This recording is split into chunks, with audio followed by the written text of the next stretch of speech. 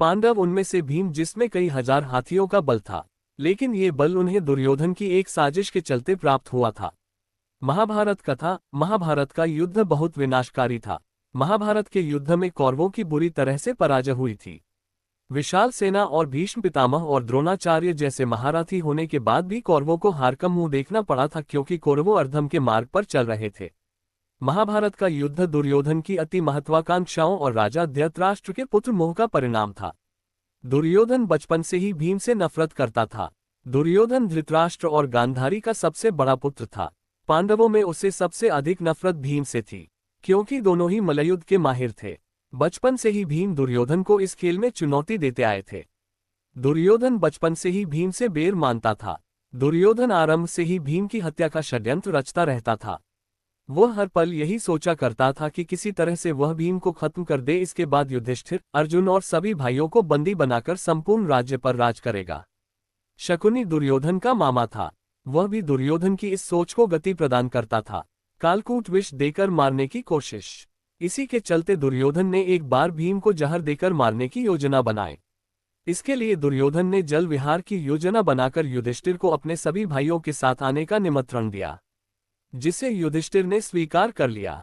योजना विफल न हो, इसके लिए दुर्योधन ने गंगा नदी के किनारे विशेष इंतजाम किया। इस स्थान पर उसने उदयनिक्रीडन नाम का स्थल विकसित किया, जिसमें सभी के विश्राम और भोजन आदि की विशेष व्यवस्था की गई। सभी लोग जब एकत्र हो गए तो भोजन की व्यवस्था की गई। दुर्योधन जानता था कि भीम को भोजन करना बहुत प्रिय था, इसलिए उसने भीम के लिए विशेष भोजन बनवाए। दुर्योधन ने भीम के भोजन में मौका पाकर जहर मिलवा दिया। यह कोई साधारण विष नहीं था, बल्कि कालकूट विष था। भीम को रस्सियों में बांधकर नदी में धकेल दिया। इस जहर के बारे में कहा जाता है कि इस जहर से व्यक्ति तुरंत नहीं मरता है, बल्कि उसकी मौत धीरे धीरे होती है। यह एक बेहद खतरनाक विष था। दुर्योधन की यह योजना सफल हो गई। भोजन रास्ते जहर भीम में शरीर में प्रवेश कर गया। इसके बाद दुर्योधन ने योजना के अनुसार दूसरी चाल चली। उसने सभी लोगों को नदी में जलक्रीड़ा करने के लिए बुलाया। भीम भी आ गए। जहर के असर के कारण भीम जल्दी थक जाते हैं और अपने विश्राम स्थल पर आकर सो जाते हैं। जहर का असर धीरे धीरे बढ़ने से भीम बेहोश हो जाते हैं। दुर्योधन को इसी समय का इंतजार था। दुर्योधन बेहोशी की हालत में भीम को रस्सियों से बांधकर गंगा नदी में धकेल देता है। भीम कैसे पहुंचे नागलोक? भीम अचेत अवस्था में ही नागलोक में पहुंच जाते हैं।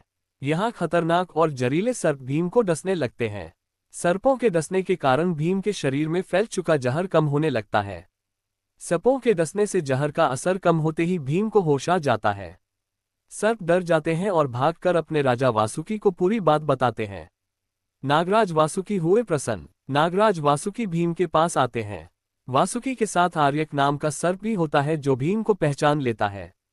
दरअसल आर्यक भीम के नाना का नाना।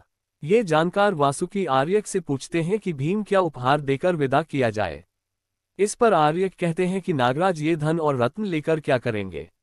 अगर आज्ञा दे तो इनके शरीर में शेष रह गया जहर पीने दें। ऐसा करने से भीम को हजारों हाथियों का बल प्राप्त होगा।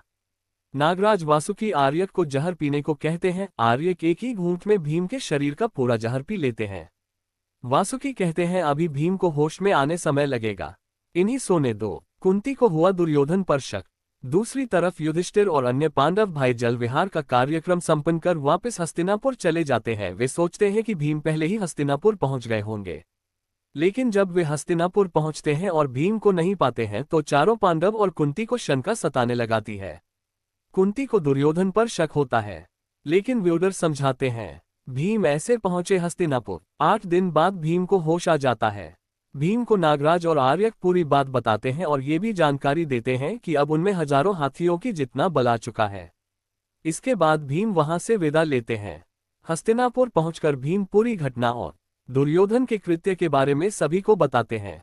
इसके बाद युधिष्ठिर भीम से कहते हैं कि ये बात अब किसी को मत बताना और अब से सभी भाई एक दूसरे की सुरक्षा का ध्यान रखेंगे। ये कथा आपको कैसी लगी? लाइक और कमेंट्स कीजिए और सब्सक्राइब अवश्य कर दीजिए। राधे राधे।